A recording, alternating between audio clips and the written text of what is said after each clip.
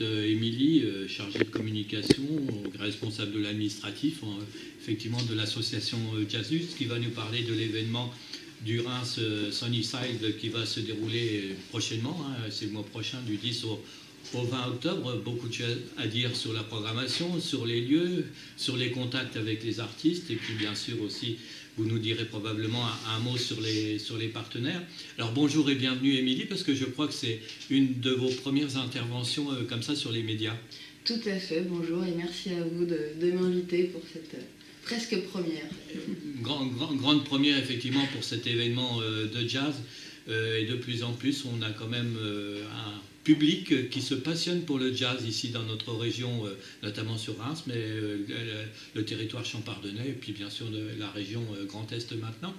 Alors une première petite question qui est un petit peu traditionnelle, Émilie, c'est de nous dire quelques mots sur l'association qui organise le festival, à savoir l'association Jazzus. Alors Jazzus Productions, c'est une SCOP qui existe depuis maintenant presque 6 ans. Et le festival Sunnyside Festival, c'est sa 4e édition. Jazzus Productions, donc c'est une équipe de maintenant 3 personnes, avec Gilles Gauthier, Jean Delestrade et moi-même. Et on œuvre sur le territoire du Grand Est, et en particulier le territoire rémois, pour développer le jazz dans cette région, en sensibilisant notamment le jeune public, en diffusant sur la saison et dans des festivals, avec notamment le Reims Sunnyside Festival qui commence bientôt, mais aussi avec Jazz au Boulingrin qui a lieu l'été au Boulingrin à Reims. Ce qui confirme, Émilie, effectivement, que le jazz prend une réelle place dans la diversité musicale ici sur Reims, oui. Tout à fait, ça s'inscrit dans une longue histoire aussi, et c'est très enthousiasmant de voir que le jazz, c'est plus cette musique d'une population un peu âgée, plutôt masculine. C'est vrai qu'on a tendance à caricaturer cette musique dans cette catégorie, et plus du tout, ça passionne les jeunes.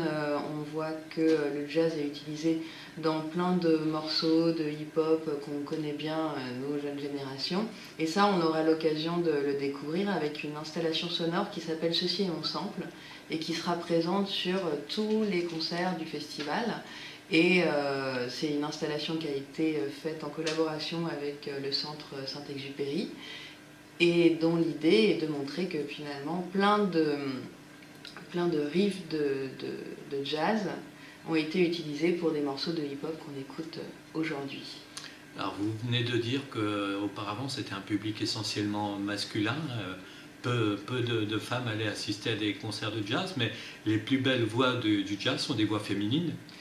Oui, après c'est les plus connus aussi, c'est vrai oui. qu'il y a des chanteurs hommes qui sont... Oui, il y a des grandes voix masculines du jazz, aussi mais... qui sont peut-être un peu moins médiatiques, mais c'est vrai qu'on compte quand même des voix magnifiques, et on aura l'occasion d'ailleurs d'accueillir une voix, même 2 voix magnifiques, notamment avec Stacy Kent qui sera présente le jeudi 11 octobre à la Cartonnerie, et on accueillera aussi Leila Martial, qui est une chanteuse performeuse française, et qui elle sera présente le dimanche 14 octobre à 18 h à la Maison des Ventes de Châtivelle.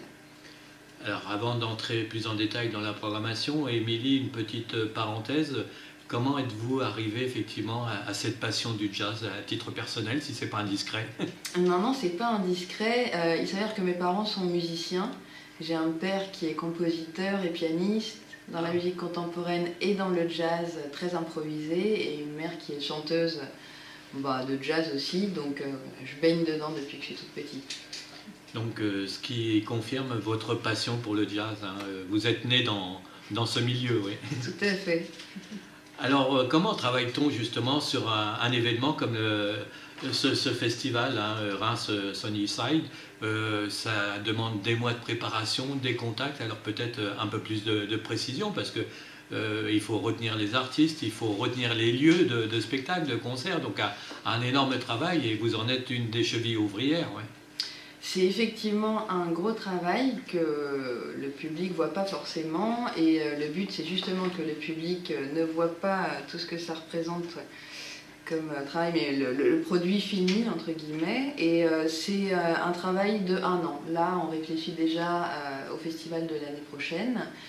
C'est un travail qui repose beaucoup sur des partenaires, et on a la chance d'avoir des partenaires fidèles, très accueillants, notamment les Je pense lieux. que nous en reparlerons plus en détail après peut-être la programmation, parce que c'est vrai que sans ces partenaires, ça serait difficile d'organiser un tel événement. C'est impossible, et le jazz, c'est une musique qui repose sur les connexions entre les gens, entre les musiciens, et donc un festival de jazz, ça repose évidemment sur des tas de partenaires, donc un long travail avec eux, un travail de sélection d'artistes. Un artiste, il faut voir quand il est en tournée pour pouvoir le faire venir à tel endroit. Il faut voir si ça rentre dans le budget du festival. Il faut voir si c'est cohérent par rapport à la musique qu'on a envie de défendre et de proposer au public, de faire entendre. Donc tout un tas de critères comme ça qui se travaillent sur l'année. Alors un gros travail d'une année, vous dites, vous êtes déjà un peu en préparation du festival suivant, tenir compte effectivement des tournées des artistes, hein, s'ils tournent effectivement, si ce sont des artistes au niveau international, s'ils ont une tournée en France et peut-être dans la région Grand Est ou à proximité, nous sommes à proximité de Paris, donc s'ils se produisent sur une salle parisienne, c'est peut-être plus facile de les faire venir à Reims. Mais il y a aussi le problème de budget, alors tout se négocie, ouais. C'est ça, on a une enveloppe pour le festival, et l'objectif c'est de pas dépasser cette enveloppe. Et c'est quand même une contrainte de taille. Oui, c'est très important dans tous les festivals, hein, et puis avec les budgets au niveau culture qui ont tendance à être à la baisse, hein, restrictions budgétaires de partout sur certains festivals. Malheureusement, il y en a certains qui n'ont pas vu le jour en 2018 hein, pour ces problèmes de restrictions budgétaires. Donc vous nous parlerez tout à l'heure des partenaires, parce que sans eux, ça aurait peut-être été impossible aussi de pouvoir organiser un tel événement. Alors le choix justement de la programmation, alors vous travaillez en collaboration, vous avez dit, avec Gilles et avec Jean que je surnomme entre parenthèses aussi le petit Robert du jazz, parce qu'il a des compétences, des connaissances, mais Gilles également, hein. À tous les deux ils font le volume 1 et le volume 2 hein, du petit Robert. Et moi j'espère être le volume 3 bientôt. Le volume 3, alors. tout à fait, Émilie. Mais vous associez, c'est un même volume finalement, un volume de passionnés. Ouais. C'est ça. Oui, alors la programmation, comment avez-vous retenu justement ces artistes, et puis peut-être nous dire à quel endroit ils vont se produire en concert? Ouais. Alors en fait le festival s'est organisé en 2 grands temps. On a un premier temps qui aura lieu à la Cartonnerie du 10 au 13 octobre, où là il y a un focus sur les grandes têtes d'affiche américaines, et on aura la joie d'accueillir Roy Hargrove Quintet, Stacey Kent dont on a parlé juste avant, et James Farm avec notamment Joshua Redman, qui est le fils de Dewey Redman. Et enfin, pour clôturer cette session à la Cartonnerie, on finira sur un projet qui s'appelle Suki Suki, et qui là est constitué d'un ensemble de musiciens rémois qui travaillent sur un répertoire de soul jazz des années 60, un peu blaxploitation, et qui nous présenteront donc ce programme le 13 octobre à la Cartonnerie. Alors ce qui est bien, Émilie, c'est que vous venez d'ouvrir une page sur les talents de notre région aussi, les talents de jazz de notre région, et ça c'est important de les mettre en avant aussi. Ouais. Tout à fait, et ça fait partie de nos missions d'accompagner des musiciens en développement et de les amener à la professionnalisation et de les faire travailler. C'est quelque chose qui est très important chez Jazzus, et chaque année, et même tout au long de la saison, on accompagne des artistes pour qu'ils se produisent sur notre territoire et ailleurs. Alors je reviens, j'ai peut-être commis une erreur, c'est vrai qu'à chaque fois, et pourtant ça fait maintenant quelques années que je connais l'association, c'est au niveau de la prononciation. Moi, je dis Jazzus et c'est Jazzus. Ça fait US un peu. Ouais. C'est ça. D'accord. À l'anglaise. À l'anglaise, tout à fait. Donc, on continue un peu peut-être la présentation de cette programmation avec cette partie, cette grande première partie justement qui se déroulera à la cartonnerie. Ouais. Oui, tout à fait. Donc, grande première partie sur, comme on disait, des musiciens connus et reconnus internationalement. Et la deuxième grande partie aura lieu au centre Saint-Exupéry, où là on accueillera notamment des grands ensembles, des grands orchestres de jazz qu'on a peu l'habitude de voir parce que forcément ça a un coût de mobiliser des grands ensembles. Et là on en aura 3, alors 2 à Saint-Exupéry et 1 au Temple protestant. Au Temple protestant on accueillera David Chevalier et un projet à mi-chemin entre la musique baroque et le jazz, avec des instruments qu'on n'a absolument pas l'habitude de voir dans des formations de jazz. Et quel type d'instrument, si c'est pas indiscret non plus? Alors, on aura du zarb, on aura des flûtes atypiques, j'ai plus en tête la liste de tous les instruments. C'est du jazz de recherche, là? Oui, et David Chevalier est complètement dans cette dynamique-là, à travailler sur... effectivement la recherche instrumentale. Alors si je reprends, on aura du théorbe, du cornet à bouquin, du serpent, de la basse de cornet, du zarb, du tag, de la viole de gambe, des instruments qu'on ne voit jamais dans des projets de jazz, mais dans des projets de musique baroque. Et finalement, on se rend compte que la musique baroque et le jazz sont très liés. La musique baroque, c'est le jazz médiéval. À découvrir, oui. C'est ça. Parce que vous avez cité des instruments qui datent effectivement de la période médiévale. Ouais. Tout à fait. Et en plus, ce qui va être très intéressant dans ce projet de David Chevalier, c'est qu'il joue avec l'acoustique des lieux.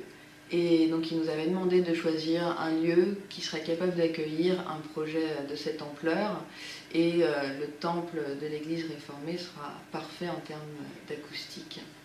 Et ça donnera quelque chose de très pur. Et le lendemain, le 18 octobre, on retrouvera Franck Tortillé pour son projet Collective. Et Franck Tortillé, donc, qui est chef d'orchestre d'un grand ensemble, qui est vibraphoniste. Et on trouvera juste après Alban Darche et son Atomique Flonflon, là aussi avec un grand ensemble, et Alban Darche qui est lui saxophoniste. Alors quand vous dites flonflon, c'est festif? Du jazz festif, non? Ça pourrait être festif. Ça pourrait être festif. Ouais. Il a notamment détourné des musiques de la pop. Alors je ne sais plus comment s'appelle ce disque-là, mais en tous les cas, effectivement, il a un côté assez dynamisant. Dynamisant, agréable, effectivement. Donc, pour l'instant, ça présente une grande diversité, ce festival millésime 2018, oui. Tout à fait. Et puis, pour finir, sur 2 autres jours à Saint-Exupéry, donc le vendredi 19, on accueillera encore un jeune musicien rémois qui s'appelle Léon Fall et qui sera toute la semaine d'avant en résidence. Et le vendredi 19, il présentera donc le projet qu'il mène depuis quelques mois et qui travaillera toute la semaine précédente avec son groupe et qui sera suivi de Chlorine Free, qui est là une soirée plutôt dynamisante là encore et pour finir ce festival, ce sera clôturé par Émile Parisien Quartet. Émile Parisien qu'on ne présente plus, qui est un éminent saxophoniste français qui tourne notamment avec Vincent Perani, Joachim Kuhn. De belles références, oui. De très belles références, oui. Alors Émilie, encore quelques petites questions sur les lieux. Vous avez mis en avant effectivement la première partie de la cartonnerie, Saint-Exupéry, mais il y a aussi d'autres lieux qui sont superbes pour accueillir des formations des artistes de jazz. C'est par exemple le musée Saint-Rémy. Oui. Tout à fait, le musée Saint-Rémy, où là encore on joue sur l'acoustique Et Michel Godard nous présentera un solo le dimanche 14 octobre à 14h30 au musée Saint-Rémy. Michel Godard qui joue du serpent dont on a parlé juste avant dans le projet de David Chevalier. Là aussi un instrument atypique, et Michel Godard est aussi une personne qui fait le lien entre la musique ancienne et le jazz et la musique improvisée. Alors là, vous avez fait référence tout à l'heure à ces instruments médiévaux, entre guillemets, l'époque médiévale, mais le jazz, quant à lui, a été connu en Europe il y a un siècle pratiquement. Et oui. Mais si on remonte dans l'histoire du jazz, ça remonte beaucoup plus loin que ces instruments. Ouais. Ah bah oui, ces instruments. Et après, il n'y a pas de nouveaux instruments dans le jazz. On dit que l'instrument du jazz, c'est la batterie. Oui. Mais au-delà de la batterie, c'est vrai qu'il n'y a pas d'instrument propre à cette musique. On a récupéré des tas d'instruments de droite et gauche, surtout des fanfares militaires qui jouaient plus après la guerre de sécession. Et c'est comme ça que des musiciens sont nés en utilisant des vieux instruments qui n'avaient plus d'utilité après cette guerre. Alors, je vous posais la question ou les questions sur les endroits de ces concerts où vont se produire ces artistes, ces formations de jazz. Et il y a, je pense que là c'est une innovation, c'est à la Maison des Vents de Châtivelle. C'est une première, ça? Alors non, c'est pas une non, première. Ce n'est pas une première. C'est une deuxième, troisième, quatrième. Non, il y a eu pas mal de concerts dans cette. J'ai pas prêté attention alors. Maison et je m'en des excuse. Il n'y a pas de souci. Mais non, c'est un endroit magique. Bah oui, c'est pour ça, oui. Où il y a des décors qui changent effectivement en fonction des objets que la Maison des Ventes a les jours de concert. Et l'année dernière, en fait, il y avait déjà eu un dimanche de solo à 3 endroits différents. Et cette année, donc on renouvelle ce solo road trip, comme on l'a appelé. Et ce sera Leila Martial solo, donc à la voix et aux machines, qui se présentera à la Maison des Ventes Châtivelle. Un autre endroit, c'est le FRAC, le Fonds régional d'art contemporain de Champagne-Ardenne, ouais. Tout à fait. Et là, je crois que c'est une première. J'espère ne pas dire de bêtises, mais effectivement, c'est une première. Alors, ce ne sera pas Chérif Soumano comme annoncé sur le programme, mais ça sera Ousmane Kouyaté à la Cora, qui nous présentera là aussi un solo à 16h le dimanche 14 octobre. Donc là, je pense qu'on a fait un petit peu le tour de la programmation, des lieux. On a fait le tour des lieux exceptionnels, ouais. De la programmation tout public. Mais dans cette programmation, oui, il y a aussi de quoi ravir les petites oreilles avec le Sony Kids, dans d'autres endroits aussi. Et peut-on savoir là aussi, comme ça, des endroits exceptionnels? Déjà, les endroits de cité sont des endroits exceptionnels, mais là, c'est encore plus exceptionnel, ouais. Tout à fait, et puis c'est important aussi de construire le public de demain. Il y a des projets fantastiques en jazz pour les petits. Et donc on aura la joie d'accueillir Jazz for Kids, qui est un projet de musiciens belges, Manu Hermia, Sam Gartman et Pascal Moï, qui présenteront leur concert mercredi 10 octobre à 10h et à 14h pour le tout public. Le concept de Jazz for Kids, c'est en fait de prendre des comptines de jazz que tous les enfants connaissent et d'en faire des standards. Ah oui. Voilà, donc d'improviser, d'emmener les enfants vers cette musique. Et on aura aussi le mercredi 17 octobre ma première ronde aux 4 coins du monde. Là, à partir de 3 ans, c'est vraiment pour les tout petits, plutôt découverte de l'instrument, sensibilisation à l'improvisation. Et pour finir, le mercredi 17 octobre, on retrouvera Ghost Party, un projet mené par Julien Rodriguez, qui est un projet pour les enfants à partir de 6 ans, qui aura lieu à la Cartonnerie, et qui là est plutôt un projet sur les films et avec un aspect numérique, parce que les enfants seront invités à enregistrer leur voix, enregistrer des bruits, et Julien Rodriguez les traitera en direct et les réintégrera à sa pièce. Donc là, on est vraiment dans l'improvisation. Tout en sachant que le jazz, souvent, c'est considéré comme une musique d'improvisation. Et c'est donc là, ça sera sa caractéristique. Un bien bel exemple, un atelier très constructif, là. Tout à fait. Alors, nous en arrivons peut-être à parler des partenaires. Alors, vous disiez en début d'interview que avec tel et tel partenaire, mais sans eux, ça serait très difficile effectivement d'organiser un tel événement, que ce soit des partenaires institutionnels ou des partenaires privés. Et je suppose qu'il y a une certaine fidélité maintenant peut-être dans les partenaires privés, malgré la difficulté du moment. On parle toujours effectivement de restrictions budgétaires, y compris pour la communication dans les entreprises et autres, mais il peut y avoir du mécénat aussi. Donc comment ça se passe justement au sujet de ces partenaires, Émilie ? Alors on a la chance d'être une équipe de 3, mais il y a un 4e aussi, en la personne de Magali Malnovic et Synergie Créative, qui nous accompagne dans cette recherche de partenaires privés et de mécènes. Et donc effectivement, il y a une fidélité qui se construit, et c'est un plaisir aussi de collaborer avec d'autres entreprises. Ça ouvre le champ aussi, le champ des possibles, ça ouvre le champ de la réflexion, et ça c'est très riche pour faire avancer le projet. Quelques mots justement sur les partenaires institutionnels, peut-être la ville de Reims, je ne sais pas, le département, le conseil Oui, régional. alors effectivement, on est soutenu par la ville de Reims dans le cadre d'un appel à projet, donc avec un cahier des charges. On est soutenu également par la région Grand Est, par le département de la Marne, et aussi des sociétés civiles, donc qui sont des sociétés privées de perception de droits d'auteur. On a notamment le soutien de la SACEM et de la Spedidam. Voilà pour les partenaires financiers. On a évidemment nos partenaires culturels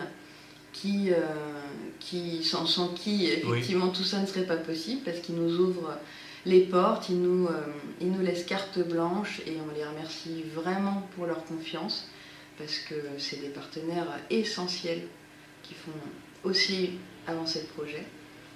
Et on a également des partenaires médias, et on aura la chance d'accueillir France Musique pour un direct le jeudi 18 octobre. Donc on aura en direct Alex Dutil et son Open Jazz, et Nathalie Piolet et son Banzai, de 18h à 20h à Saint-Exupéry, le 18 octobre. Important effectivement que les services de Radio France, enfin France Musique, la semaine suivante, France Inter sera sur un autre festival, les Nuits de Champagne à Troyes. Donc c'est important que France Musique soit présent aussi sur ce festival de jazz de Reims, le Sony Sai Festival. Ouais. Donc ça, ce sont des partenaires médias. Et puis un petit mot aussi peut-être sur les partenaires privés, puisque je vous demandais s'il y avait une certaine fidélité d'une année sur l'autre, malgré les périodes de restrictions budgétaires.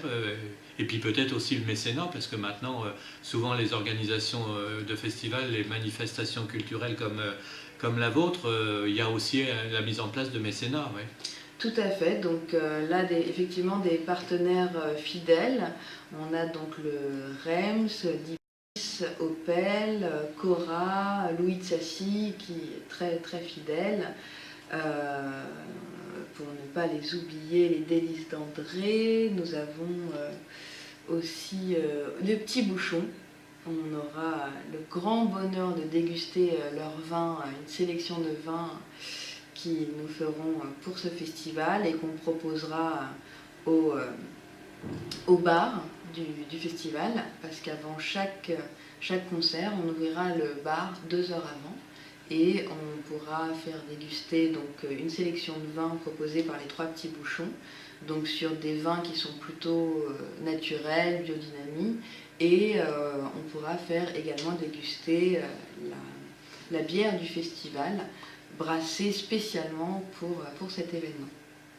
Ça rappelle un peu notre festival du Cabaret Vert qui a eu lieu il y a très peu de temps, où il y avait beaucoup de dégustations de bières artisanales. Et oui, c'est important aussi de défendre cet aspect-là aussi du local. On le fait territoire. Du territoire, on le fait pour les musiciens, mais il faut aussi le faire pour ce qu'on mange, ce qu'on boit. Et ça fait pour nos produits du terroir. C'est ça, ça fait partie d'un circuit vertueux.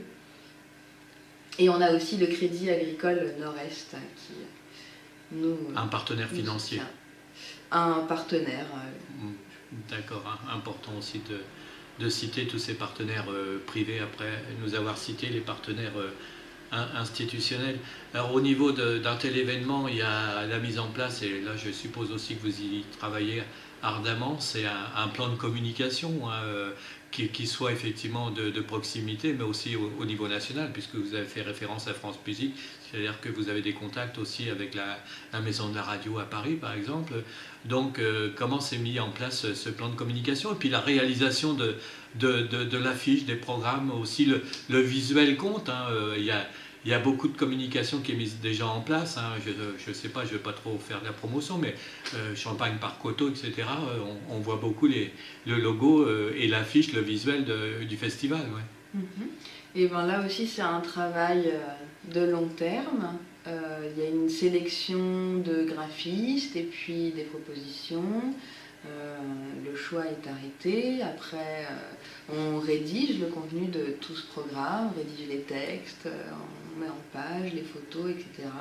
Et puis après, effectivement, il y a un plan de communication qui se construit pour toucher à la fois le public local, que le message aussi qu'on souhaite transmettre est le bon, parce que le message de ce festival, finalement, c'est aussi que tous les publics s'y retrouvent, à la fois un public d'amateurs de jazz ou un public de néophytes, entre les têtes d'affiche américaines ou les projets de découverte française. L'idée, c'est vraiment que tout le monde puisse trouver son entrée dans cette musique, qui est une musique très ouverte. Grande diversité aussi dans le public. Hein. Nous abordions effectivement le public de jazz juste avant l'émission, et c'est vrai que depuis quelques années, il y a un réel public qui existe hein, dans notre région pour les concerts de jazz.